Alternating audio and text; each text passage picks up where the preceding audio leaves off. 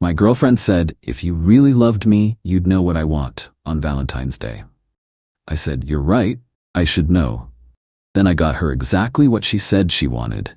Nothing. She spent the day explaining to friends why she was crying. I, 28 male, just gave my girlfriend the most honest Valentine's Day gift ever, and now I'm single. Worth it. Been with Melissa, 26, for 2 years. She's got this thing about tests. Everything's a test. If I don't text back within 10 minutes, I failed the attention test. If I don't notice her new nail color immediately, I failed the observation test. It's exhausting. The big one is gift giving. Every occasion she plays this game. Me, what do you want for your birthday, Christmas, Valentine's? Melissa, nothing. I don't need anything. Are you sure? If you really loved me, you'd know what I want without asking. Then I'd scramble, buy something nice, and it's always wrong. Too expensive, trying to buy my love, or too cheap, don't value her. Wrong color, wrong style, wrong brand. I started keeping receipts for everything. 3 weeks before Valentine's Day, I tried getting ahead of it. Me, Valentine's coming up. Any hints about what you'd like? Melissa, ugh, why do you always ask? It ruins the romance. I want to get you something you'll love. If you paid attention, you'd already know. 2 weeks out, tried again. Me, seen anything you like lately? Just curious. Are you seriously asking about Valentine's again? I told you, I don't want anything. You sure? Yes, stop asking. I want nothing. Getting nothing. Get it? I recorded this conversation, not maliciously. I'd been recording our gift talks since Christmas when she claimed she never said she wanted those specific boots, then got mad I didn't get them. She had said she hated those exact boots. 1 week before Valentine's, her best friend Carly pulled me aside. Carly, so what are you getting Mal for V-Day? She said she wants nothing. Laughing. You know she doesn't mean that, right? She was pretty clear. God, you men are so dense. She's been showing me the Pandora bracelet she wants for weeks. A bracelet. She wanted a specific $300 bracelet, but told me nothing every time I asked. That's when I decided, you know what? I'm done playing this game. Valentine's Day arrived. Melissa had been dropping hints all week. Carly's boyfriend got her reservations at that new French place. Did you see the roses Devin got Amy? So romantic. Morning of Valentine's Day. She's giddy. Keeps checking her phone, probably expecting some grand gesture announcement. Melissa, so happy Valentine's Day. Me, happy Valentine's Day, babe. Anything special planned? Me, you said you wanted nothing, so I respected that. Nervous laugh. What do you mean?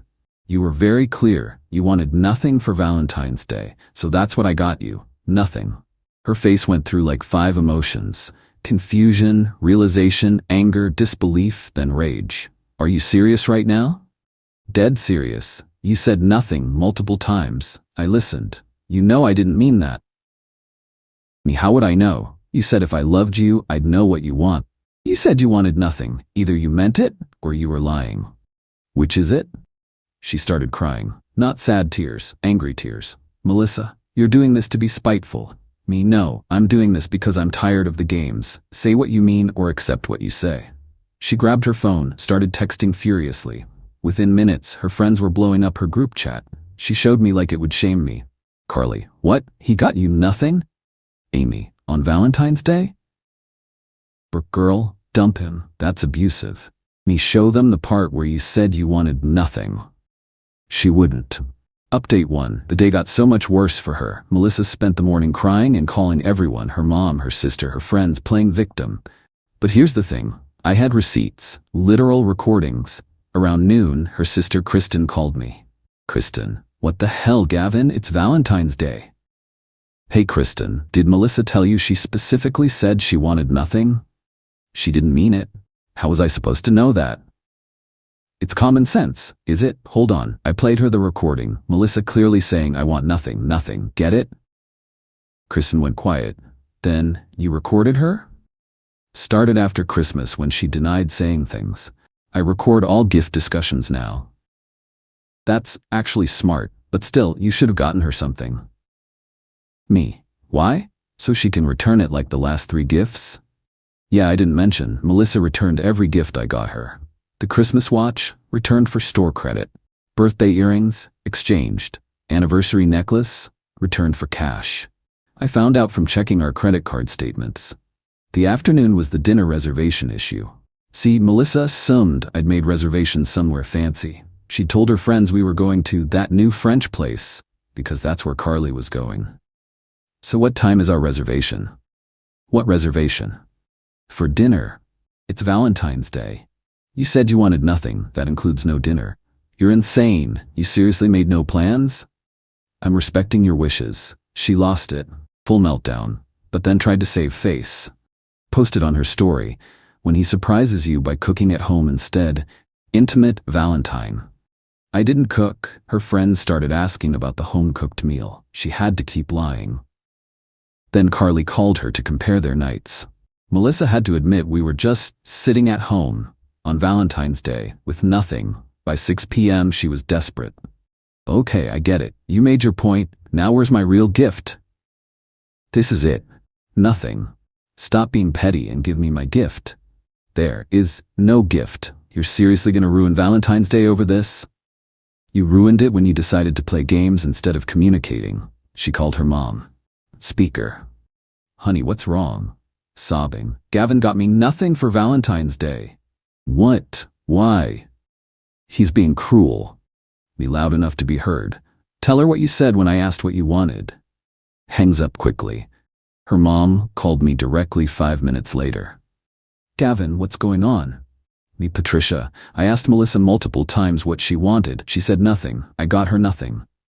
But she didn't mean. How many times should I ignore what she says and guess what she means? Pause. She does do that, doesn't she? Every single time. Well, maybe this will teach her a lesson. Even her mom was tired of it. By 8 p.m., Melissa was in full damage control mode. Her friends were posting their Valentine's gifts, dinners, flowers. She had nothing to post, nothing to brag about, nothing to show off. Then came the nuclear option. If you don't give me a gift right now, we're done. Okay? Okay? That's it? Yep, we're done. You're breaking up with me on Valentine's Day? No, you just broke up with me. I just agreed. She didn't expect that. Started backpedaling immediately. I didn't mean it. I'm just upset. Oh, another thing you don't mean? Shocking. Update 2. The fallout has been spectacular. After Valentine's night, Melissa stayed at her sister's. But she didn't leave quietly. No, she took my iPad, my Nintendo Switch, and this is the kicker, my tax documents. Why? Compensation for emotional distress. I noticed the tax documents missing first because, it's February. Called her immediately. Me, Melissa, I need my tax documents back. I don't have them. They were in my filing cabinet. Now they're gone. Prove it. That's identity theft, federal crime. You recorded me without consent. One-party consent state. Legal. Theft isn't. She hung up. I called Kristen. Your sister has my tax documents. She has 1 hour to return them or I'm calling the police. You wouldn't me. 45 minutes later, Melissa showed up with a box. My stuff, kind of. The tax documents were there but coffee-stained. The iPad screen was cracked. The Switch was missing the games. Oops, accidents happen. Me, so does small claims court. But here's where she really messed up. Remember how she told everyone I got her nothing? Well, her coworker Hannah knows my buddy Jerome from the gym. Hannah told Jerome that Melissa had been bragging for weeks about the surprise she knew I was planning. She'd told her entire office I was taking her to Paris. Paris, for Valentine's Day. Based on absolutely nothing except her own fantasy.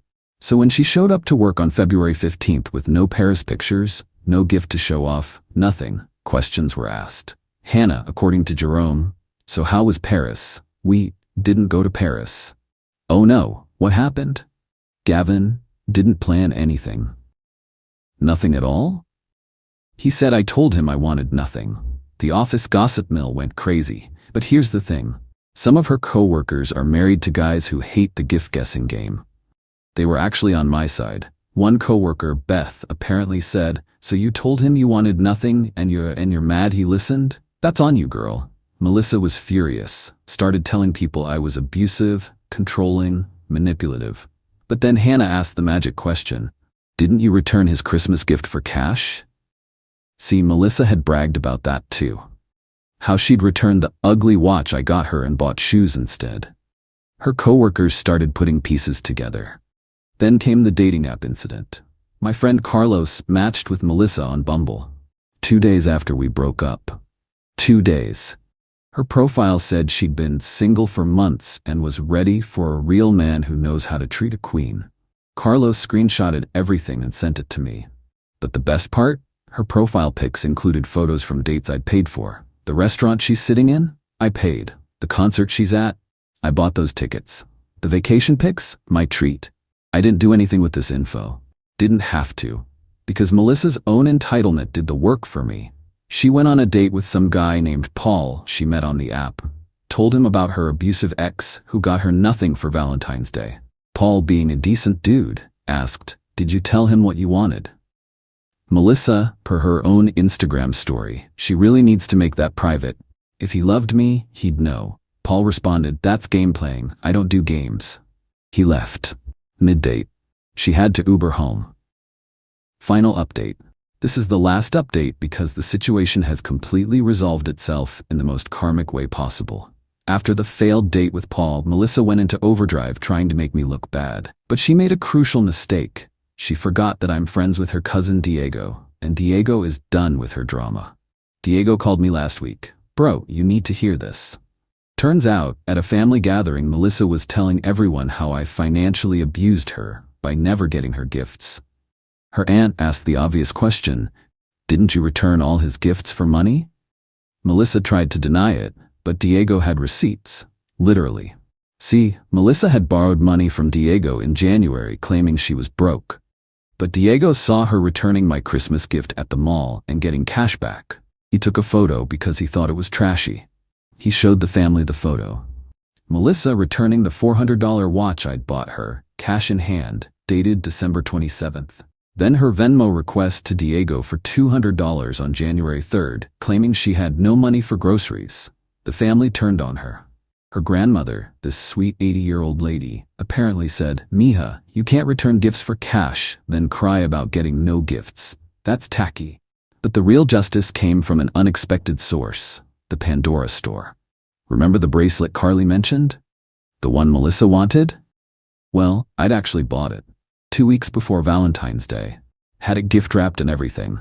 $300 plus tax. I returned it on February 15th. The same sales associate who sold it to me was working. She remembered me because I'd spent 30 minutes picking out the perfect charms. When I returned it, she asked why. Me, girlfriend, said she wanted nothing. I decided to listen. Oh my God, was she the one who came in here yesterday? What? This woman came in crying, asking if her boyfriend had bought a bracelet. Described you perfectly. We can't give out customer information, but she made such a scene, security had to escort her out. Melissa had gone to the store hoping to prove I'd bought something and withheld it out of spite. Instead, she found out I'd bought exactly what she wanted and returned it because she said she wanted nothing. The associate also mentioned Melissa had been coming in for weeks, taking photos of the bracelet, even trying it on. She kept saying her boyfriend would definitely buy it for Valentine's Day. Then came the group chat explosion. Carly, trying to defend her bestie, added me to their friend group chat to answer for myself. Big mistake. Carly, explain yourself, Gavin. We all know what you did. Sure, here's the recording of Melissa saying she wants nothing. Here's the receipt for the Pandora bracelet I bought. Sends photo. Here's the return receipt from February 15th. I bought exactly what she wanted. She said she wanted nothing. I returned it and gave her what she asked for. Nothing. Dead silence in the chat for 5 minutes. Then me. Mel, you said he didn't buy anything. Brooke, he bought the exact bracelet and you still said you wanted nothing? Curly girl, this is on you. Melissa left the group chat. Carly removed me right after. But Amy messaged me privately. We've been telling her for years to stop playing games. Maybe now she'll learn. The final nail in the coffin came yesterday. Melissa sent me a long text. Not an apology, no, that would require self-awareness. She demanded I compensate her for emotional trauma from Valentine's Day, the humiliation of having to explain to people, her Uber costs from the failed date, the security deposit she had to put down for her new apartment. Total, $3,500. I responded with one message. You wanted nothing. You got nothing. You get nothing. Then I blocked her. But the absolute best part? Her mom called me yesterday to apologize. Patricia, Gavin, I'm sorry about Melissa. We enabled this behavior. Me, it's not your fault. Patricia, it partly is. We always gave her what she wanted, even when she said she didn't want it. Made her think everyone could read her mind. Me. Well, I can't. I know. For what it's worth, the bracelet was beautiful. She showed me pictures for weeks. She could have just said she wanted it.